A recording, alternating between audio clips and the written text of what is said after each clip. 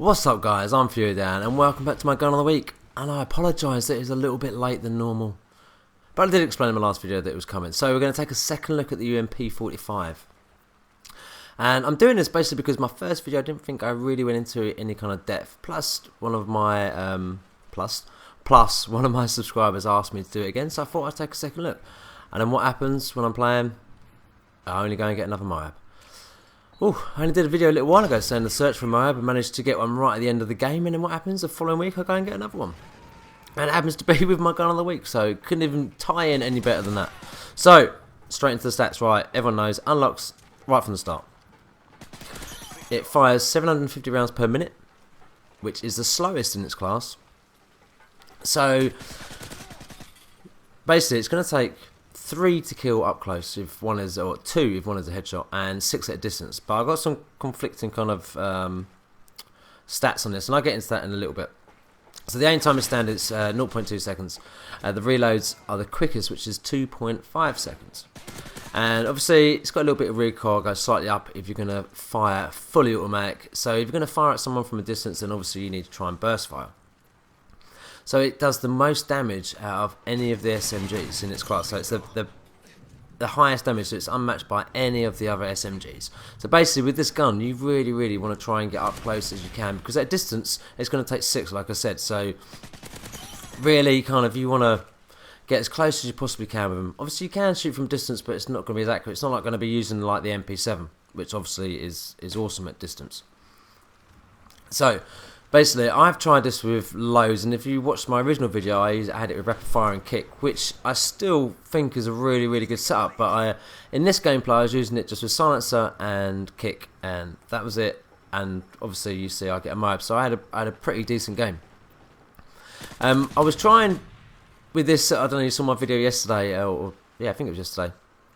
The turnaround, which basically was showing, to keep going, and I was using UMP in that, and I was trying to get some footage for obviously my gun of the week, and it wasn't really working out for me, and I found that I just couldn't get to grips with it. Found like something was different, and the person that actually asked me to do this video said, was I going to do the stats for before the update or after? And I said, well, I'll do it before, and then I was going to have a little look. So I had a little look into it, but it's kind of what I found was that they said the patch came out on the 2nd or 3rd of August, I think it was, and it's supposed to have increased the damage. So at a distance, it took 6 shots to kill someone, so now apparently after the patch it would take 5. But then I saw loads of other videos saying that the patch didn't actually take effect, and it wasn't there. So I'm not sure if anything did happen to any of the guns or not. I really couldn't see a difference myself. But like I was saying, let's go into some of the attachments now. Like I said, rapid fire I thought was really good. Silencer, like I'm using now with kick, was really good. Extended mags and silencer was okay, but obviously you need to try and control the recoil because you haven't got kick on it. Same if you did rapid fire, and extended mags was the same, kind of a little bit worse obviously because the gun's gonna rise up a little bit more because obviously you're using rapid fire. So, but I found the one that I actually found after doing this, having this game, was actually range and silencer, which work quite well together. And I found a video online with somebody talking about the basically range. All it does, it doesn't give you anything up close, it doesn't give you anything at a distance, but it gives you in that middle range. So a kind of short to middle range and a long to middle range. And the stats were that this is what's a bit conflicting, is because it says it takes 6 to kill at a distance. But in the video I saw, it said it took 4 to kill without range, and then with range on it, it took 3 to kill, and that's at a kind of middle to short distance. So then at a distance, it's supposed to take 6, which is the same as the stats that I found, and with range on it, it was only take 3 to kill at this is at a middle to long range. Don't forget, this is not at long range. So kind of kind of a little bit conflicting, but for me personally, you always take it as how it plays when you're using the gun, if that makes any kind of sense. Sometimes you can use a gun and you just get a feel for it, and I think that's a lot to do with all of the guns. If you've been playing with a gun and using it over and over again, you're going to feel more confident and feel better with it. When I was playing with it last night, I didn't feel confident, and when I was playing, I wasn't playing like I normally play. And that may sound really stupid, but this is what I've found, is that if you use one gun and you keep using it, you do seem to be able to do better. The PP90 never ever used to get on with that gun. and then something happened. I kept using it, and I found I got better and better with it. So I think it's the same for all the guns, and that's how lucky. Look at that! I never knife anyone. I always use a tactical setup, and I knife my buddy. So I was playing with my buddy, COD Veterans, who I've spoken about before, and we had a game. I think it was 2 games I had, and I wasn't recording it through my computer, so it's done in theatre mode, same as this video. So I'm sorry. But yeah, I had a couple of good games. And I was like, right, I need to save those games, so I can use them for my gun of the week.